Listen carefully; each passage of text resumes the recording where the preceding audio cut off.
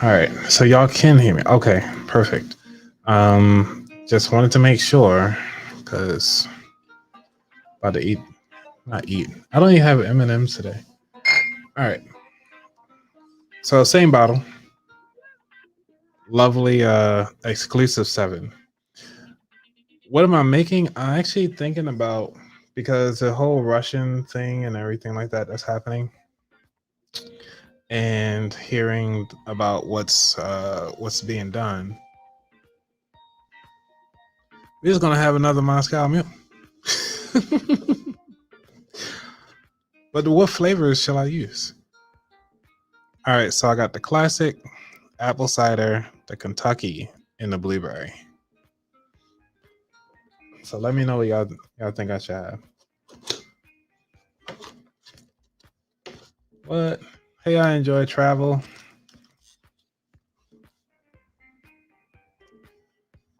So, you guys let me know in the comments which one that you guys think I should have. And also, I'm having this before I even have dinner. So y'all got to be patient with me.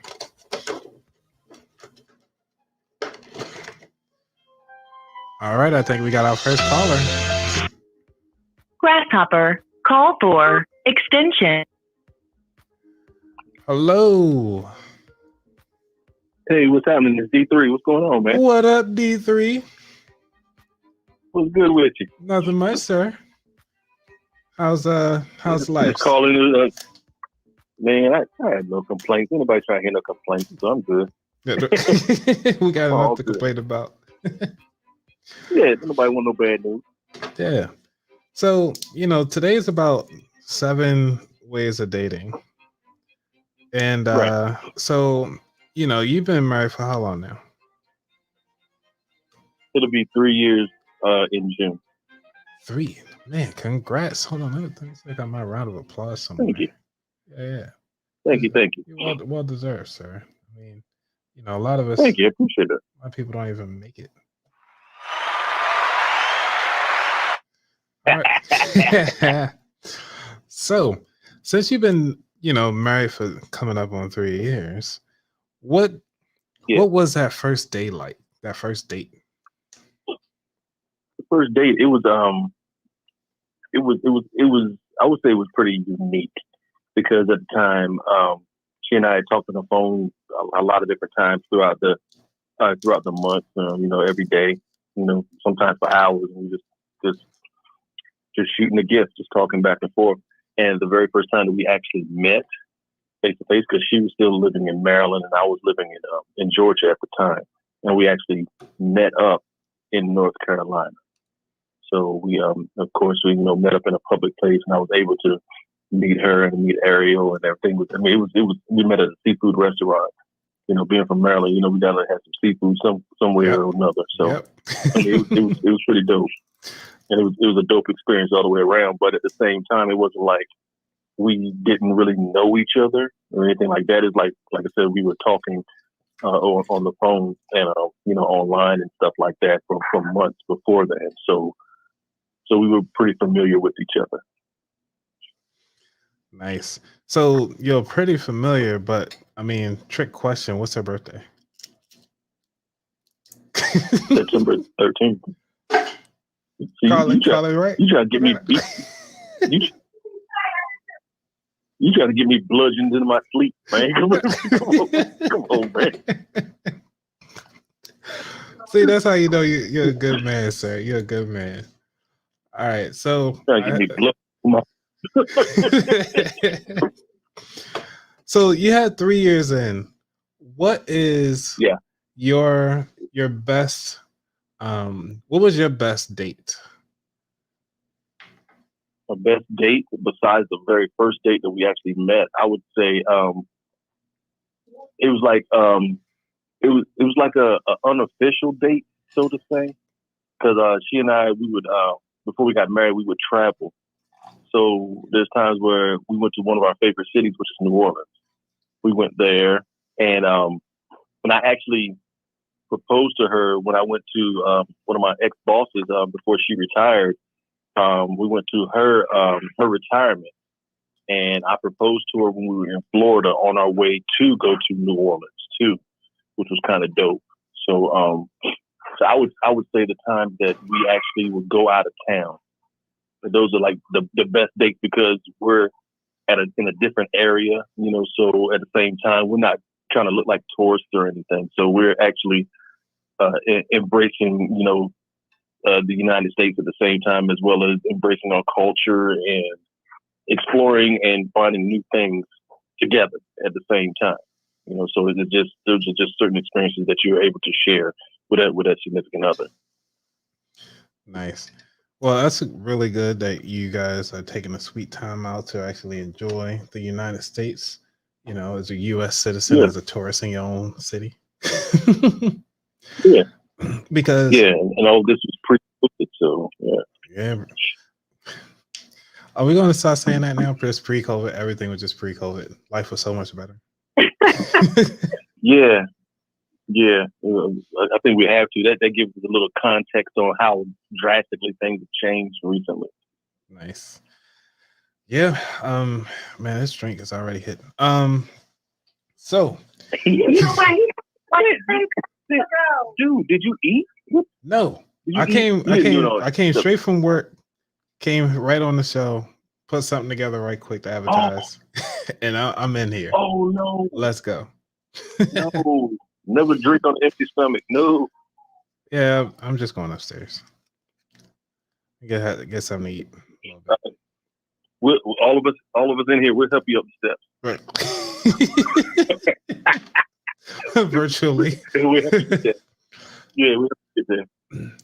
All right, so since I got you on the phone right now, D3 to say, man, you've been such a great help, especially with spreading the message about making sure that young people are getting into the finances, making sure that they understand like the importance of the youth and helping out the elderly at the same time. So for those of you who are joining, yes, this is Cocktail Hour. I don't think it's an hour left, but I've only been on live for like 30 minutes, so we got 30 minutes to drink. And I just finished the blueberry. So I got a strawberry rose mule.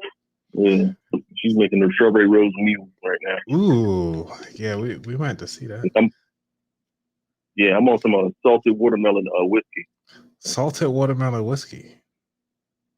Oh yeah, it's an experience. It's a whole vibe. It tastes like summer. Ooh, tastes like summer. Ooh, yeah. Once you put watermelon, message. Mm-hmm. Message. Black History here. Yeah. Y'all are great. So, for those of the people that are listening right now, what is the best dating advice that you can give? For me, the best dating advice is from the very beginning, don't get out of a relationship and get back into one just because. You need to know yourself first. Mm-hmm. And once you feel that you have a good grasp on who you are as a person, then you know what you can bring to the table by letting someone else in. That's the hard part, is knowing who you are and being completely honest, knowing your flaws, knowing your gifts, your faults, all of that. And if you don't know that and you bring that same baggage from a previous relationship into your new one, you're destined to fail. Just know who you are first. I mean, as far as jumping in relationships and stuff like that, I mean, that's not fair to you or the new person that you're meeting. So it's okay to get out of a relationship, take time to be single, and just understand that being single doesn't mean you're lonely. Being by yourself doesn't mean that you're lonely. It just means that you need to focus on certain things. And a wise man once told me a long time ago, if you chase a butterfly, you'll never catch it. Mm. So don't sit back and try to say, oh man, I'm going to holler at this person, or I'm going to holler at this person. No. You don't have to holler. Some things can come to you naturally, but they won't come to you naturally until you get yourself in order first. I love it, sir. Man, that's powerful words from D3. We already got the doctor in there. Everybody is chiming in, and I want to give you again another round of applause because that That right there, sir. Well deserved. I think we might have to take a Thank little you. snippet on that. So. And definitely therapy, how much of therapy. Yeah, therapy. Yeah, because we don't have all the answers. There's no owner's manual to being a human. Talk to somebody. Get it out. Man. Get it off your chest. Release that baggage. And Carlos says, unpack it. You got to unpack it. And not everybody can give you professional advice. So you got to watch sometimes who you even share things with, because that may not be in your best interest. It could make things worse sometimes. Yeah, sometimes less is more. The less people that know your business, the better off you are. You don't have to put all your business out there on social media that you're looking and that you're going to be at a specific spot and you're looking for whatever. No, you don't have to do all of that. Again, it goes back to you setting yourself up for success. Again, yourself. Sometimes you have to be selfish and figure out, okay, what am I doing wrong? Right. These relationships that I was in, what do they have in common? They have me in common. So there's got to be something going on with me. Mm-hmm. What am I looking for? Am I looking for the wrong thing? You know what I mean? Just because sometimes, like, you have to just make sure you set the right boundaries and know the things that you will accept and the things that you won't accept and stand by it, and don't be like, you know, kind of on the fence about stuff. Because sometimes when you're on the fence about things, that other person may use that, you know, against you. And it's just important to definitely, like you said, know yourself and learn more about yourself before you know that, like, when somebody asks you like that same dating question, so what kind of things do you like? Like, really, what type of things do you like? Right. You know what I mean? Yeah. Some people just come up with whatever's on the brain at that point in time. Yeah. But those are questions that, you know, you should really kind of practice with yourself before getting involved with somebody else, and know that that's what you like and what you dislike, and some things that you come across. Yeah, the same setting those token, boundaries, definitely. But yeah, one of those questions is going to be when somebody meets you is like, so what do you do? Right. I do a lot. I need specifics. What do you mean? What do I do? You know, so some people don't even know what they do. They just talk about their job. No, I do a lot more than that. We all have layers. Exactly, because I didn't know he could dance and sing. Bro, I could. We gotta see that. I ain't trying to brag. Right. Down on nobody, but I could do the hand bone like nobody's business, bro. I'm telling you. That's before that time. Hand bone, I can do hand bone. I can play a half empty glass of water. I can play the spoons. I'm multi-talented with instruments. You know what I'm saying? I bang on tables. I make it happen, Cap. Make it happen, Cap. Right. Make it happen, Cap. Like Big Job. Like, you got a guy that need to collect your child support. Got you. What you got on my board? It's the break bread, huh? Right. Oh man. Well, I want to say thank y'all both again for calling in. I might have to see if I can get y'all on here. If y'all ever got some free time on these Wednesdays. We'll make time. Don't worry about that. All right, thank you. We'll make time. And we definitely got to get what's this? Who's this Highway 54? We see this guy. Don't depend on others to make you happy. Learn to be happy yourself. And I have to say that that is one of the things we definitely have to really dive into is really being happy with yourself before you try to make somebody else happy, or bring somebody into your environment to think they supposed to lift up your life when ultimately you just need to put a smile on your face. We don't need to put a smile on your face. That's why some people. Yeah, that's why it's called self-esteem. It starts with self first. You can't sit back and make somebody happy or make them want to be with you or give you their all. You like the old folks say, you ain't got a pot to piss in or a window to throw it out of. Right. You don't know if you're coming or going. So I mean, what do you bring to the table? And in the words of good Sir Cat Williams, he said the same thing about self-esteem. Yeah. Since I don't have that many people on right now, I'm gonna put the link inside the chat if anybody wants to join. And then we can just have everybody here live if you want to. Join live if you want. And thank you again. If anybody want to show that face on that part. I got a question for you as far as the dating portion is concerned. Yeah. And get your take on it. When I lived in Atlanta, I was I'm not scared of a lot. Hot Atlanta, right? I could say it's hot for a reason. And it's not about temperature neither. One of the things that kept me from dating was some of the statistics, and they said as far as the STD rates and people that were actually not tested, but they were tested, but they're not getting treatment for anything like that. And they said some of the highest rates of STDs and AIDS and other stuff like that was in the age demographic of 50 to 65. And that kind of shocked me. I'm like, why is that?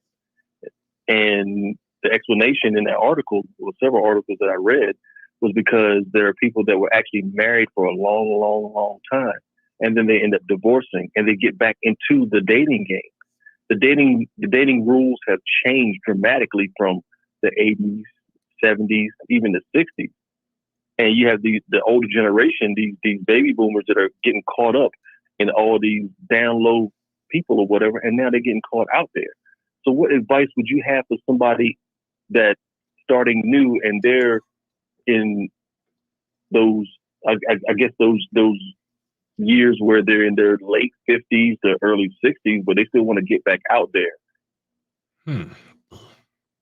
So it's the late 50s, early 60s. Now you sound like an older gentleman to me. Are you in your 50s? I just turned 50 this year. What? Congrats. Yeah. Happy birthday, sir. Thank you. Yeah. I call it a year. I turned 50 in September. So later it's not exactly a full year. That was roughly 6 months ago. So you'll be 51. I'll be 51 in September of this year. All right, well, we got to turn up. Yeah. I'll wait for the invite. Right. No, I'll be 50 now. Yeah, she old.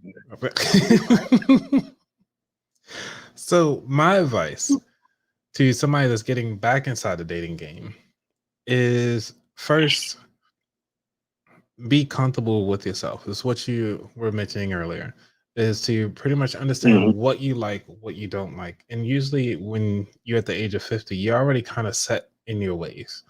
And being set in your ways can be a turn off, but also a turn on for somebody who doesn't want to deal with the riffraff and all the changing. I'm like, hey, I know what you have to offer. I know it's predictable. A lot of people like predictability. So when they go home, they can know, hey, food is going to be on the table, clothes are going to be washed. All I have to do is just show up and maybe, clean the bathroom or something, or take the trash out. Having that predictability can be helpful. Go ahead.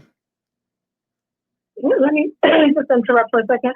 I can say the word set in his ways.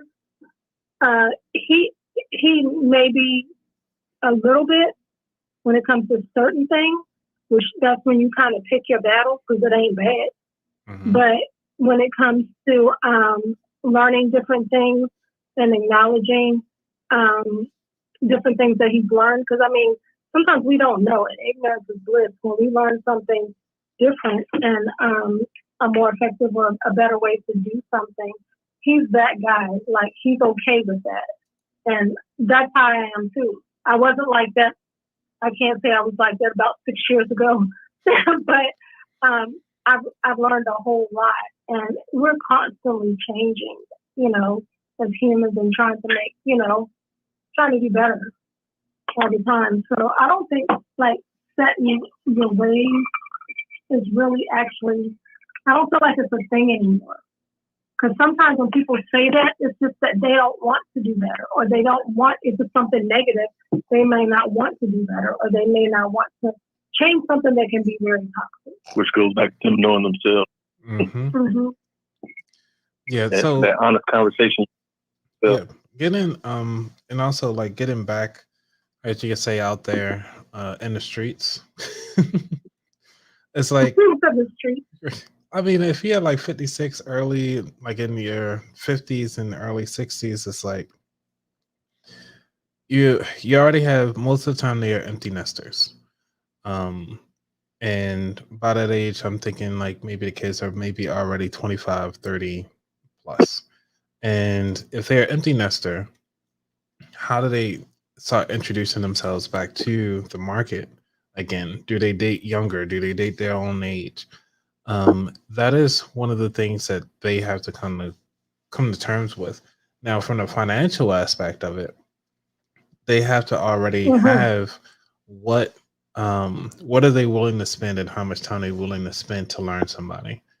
Are they willing to meet somebody at that same level, which is, hey, I'm already set in my ways, you're already set in your ways, I can deal with.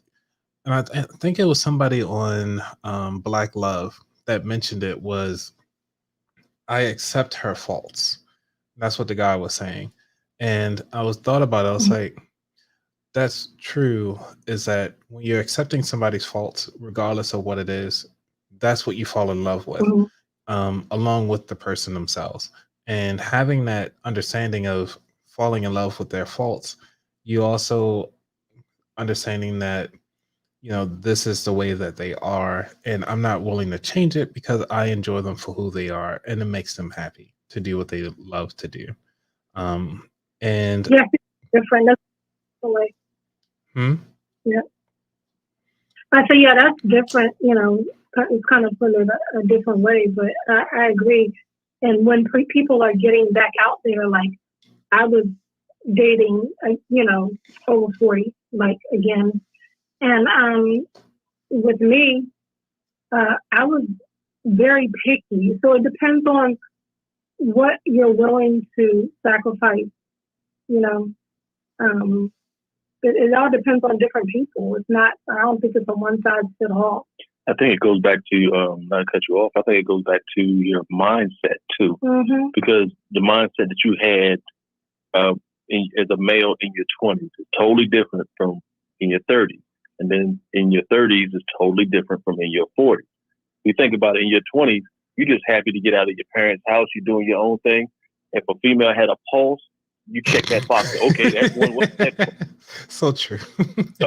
you're like, really? She had a pulse. Like, so, dude, she's wearing a SpongeBob backpack. That's not you. No, chill out. but then when you get older, you get more and more to the point to where your filter starts getting a little bit more fine. You're like, you know what? I'm not dealing with this in my life, so I can actually see the BS from a distance. And me and Carla, we talked about it and laughed about a lot of times where when we weren't together or whatever, and in the dating experience, you see somebody from a distance, you be like, man, go ahead. I know better. This ain't gonna work. I can tell. I ain't even got to say nothing to you. I know this ain't gonna work. Right. Your mannerisms is iffy. You know what I mean? Just so it's like the older that we get, the more we see what we're not dealing with. And that goes back to what she said earlier about the boundaries. You're like, okay, well, this is not what I'm dealing with. This ain't, I know this ain't gonna be fun for me. So we'll just nip this in the bud right here, go our separate ways, agree to disagree. And, you know, you have a nice life on to the next. Yeah. And Shona had asked earlier about what advice is something about the professionals that you have for professionals. I want to know from Shona, what advice, what do you look for as a professional? Do you want to date another professional, or are you considering outside of, you know, a professional? Is it just a person that you're looking for, or does that person actually have to be a professional too? Or is it okay if he works at a bodega?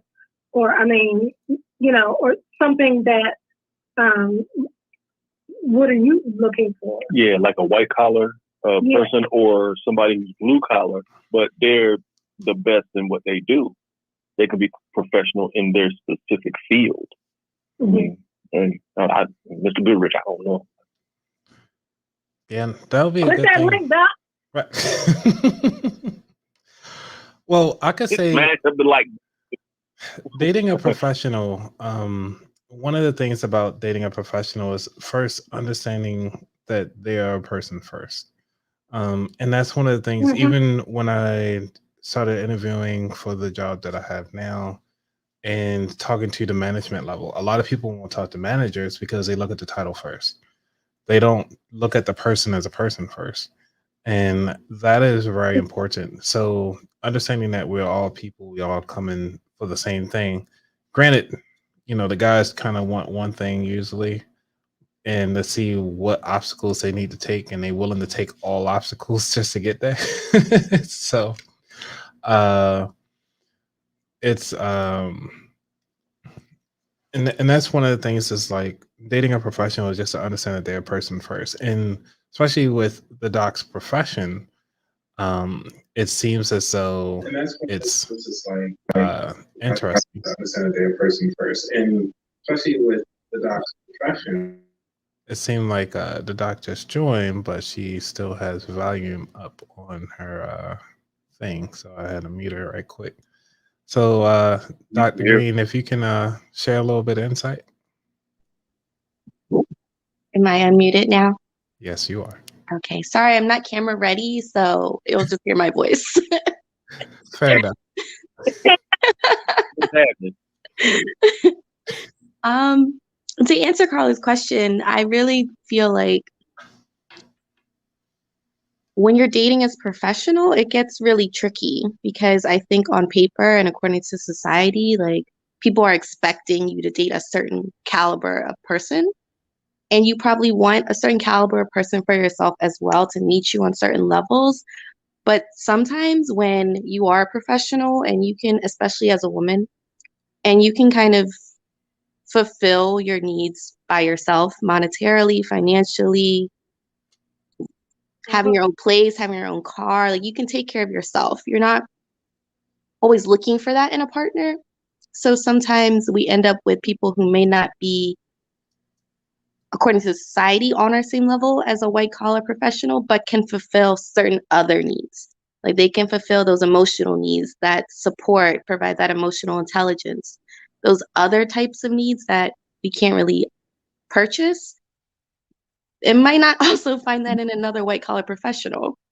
So I really think it just depends on what you're looking for. But I find that the higher level you are as a woman, the more you're looking for people who can't always fulfill some of those more professional career type things, but can do other things for you. Right. Okay. Okay. I appreciate that. Mm-hmm. Because sometimes people get intimidated. I guess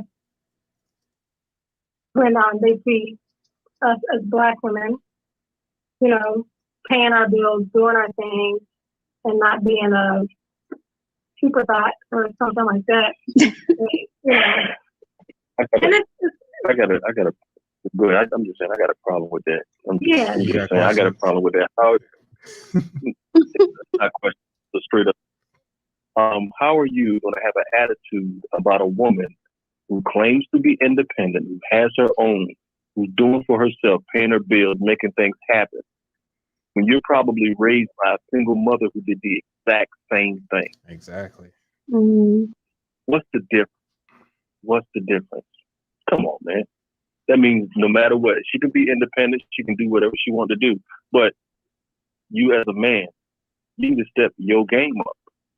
Point blank. We need dudes out here that need to check other men for not being men. I mean, that's just the bottom line. You can't sit back and be sensitive about a woman who's doing her own thing. Because chances are, 9 times out of 10, and I'm just going to say it, as a Black woman, she has to do a whole lot more just to get to the same starting block that you've already passed. Come on, bro. Yeah. I mean, the doc has checked all the boxes if you want to look at societal boxes.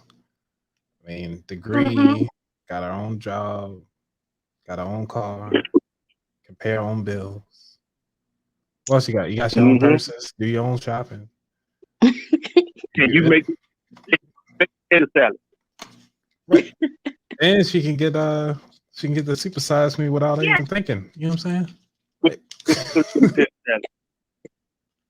Like that could be a whole episode. What do you say? It's a whole episode? That could be a whole episode. Society expectations, financial independence as a woman versus a man, gender expectations. That could be a whole session or appointment. Show. Let's make it happen. That'll be our next Wednesday. You be camera ready? I can be. Okay, bring a drink though. Okay. All right, because this one is like halfway. All right, so we got like 3 minutes left.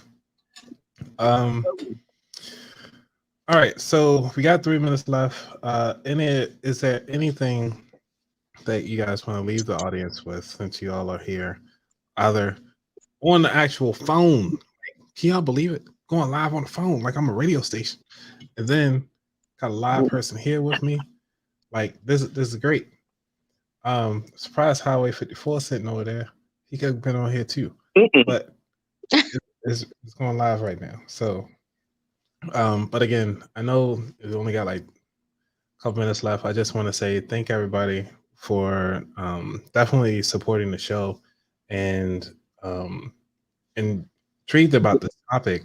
Granted, I was running it by myself, so if you ever get a chance to listen to it from the beginning, I was just bringing up quite a few things. I even had my little commercial for Pod Decks, and because it is my show, I got to make sure I finish this drink before the show ends, so I can stumble up the steps. He gonna fall on his chair like Homer like that. Hold on, Jamal, come on live. Go down, click the link. Hey, Royal Squirrel. Mm-hmm. I just met this lady. She is, I'm telling you guys, if y'all looking to resell anything, a Royal Squirrel. I'm sorry I messed up your name. I don't recall the name because I was on the live earlier. I think it was yesterday. And she was doing eBay for about 25 years. So, I mean, if you want some game on trying to resell some stuff and get it out your house, she's the one that I'll highly recommend. I think I watched that. Was he on one of your episodes like with IG? No, she wasn't on any of mine. I just met her live on somebody else's live session. Okay, it was a guy that was talking about selling something. It was his name was Eric, and his account was Red Mountain Resell, and that's how I met Eric. And then I met Dixon, and then Dixon introduced me to Royal Squirrel, and it's just been like I have to say the resale community is amazing out there. If you guys ever looking to resell something, by all means. Well, what's her Instagram? What's her Instagram? Yeah, is it Royal Squirrel? Is that her Instagram? Yeah, let's see if she can. Can you put your Instagram link in there? Let's see. The world. Yes, the world is getting smaller. But all right. But while she does that, I just want to say I want to thank everybody for coming on through. So because it's been an amazing time, and then Jamal, by all means, dude. I mean, I have to say thank you. You found her? Yep. Awesome. Yeah, I'll say check her out. I mean, she has some cool glasses too. I know you wear glasses, so yeah, she has some nice fire red ones on. I think it was yesterday. So yeah. So, she in Vegas. She's in Vegas. Vegas. Las Vegas. All right. Well, I gotta finish this drink. So the show ain't over with. I finish this drink.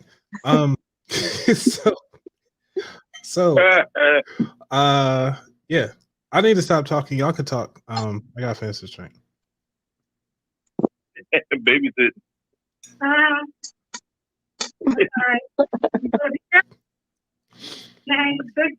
Man, at least I don't have Hennessy, no rocks. You know what I'm saying? Like Jamal was saying. And Jamal, he cannot ever. Next shot of Hennessy Black. only Hennessy Black in the system, he cannot possibly get on anybody's live. Yeah, I will not be able to make it on this show. This will be like a horrible drinking session. Matter of fact, it'll be a virtual drink champs. That's what this show will be. You know what? Let's do that. Let's do that next. Let's do that next. Yeah. Next week. It's going to be on a Wednesday. Yeah, I got some. Y'all ready? Yeah, I got a cucumber mojito moonshine that I need to try out. Dr. Green, what you drinking? Be doing, I don't have anything fun and exciting. I have wine. Regular. yes, What kind of wine? Just I don't even know. Night. Sugar night train. Or local. Or local. It's $5. It's $5 somewhere. All right. We drink it for local. For local. Emotional. Yeah, I need to get that.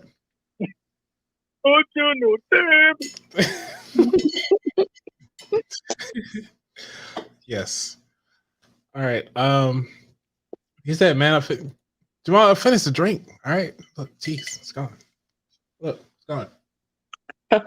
Oh crap! I done messed my pants. All right. Yeah, it's done. All right. Let's see. What are we drinking? Hot tea. Oh man. Yeah, so hardcore. Hot tea with chai. All right. Man, this has been great. You're done. Yeah, that's a wrap. Now, let me play my exit music. All right, everybody. Y'all have a good one. And as y'all notice, my hair is actually picked out, so I can actually run my fingers to it this time without any issues.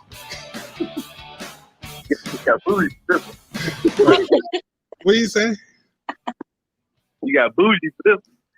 Oh yeah. You gotta check out the. Matter of fact, let me kick off Dr. Green so I can get this full screen in. You know what I'm saying?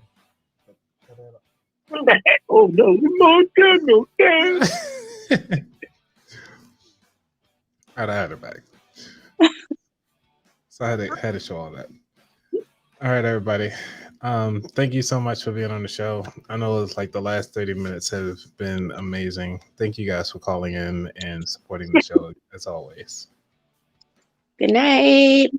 Good night. No problem, bro. All right. See y'all. Peace. All right, take it easy. All right.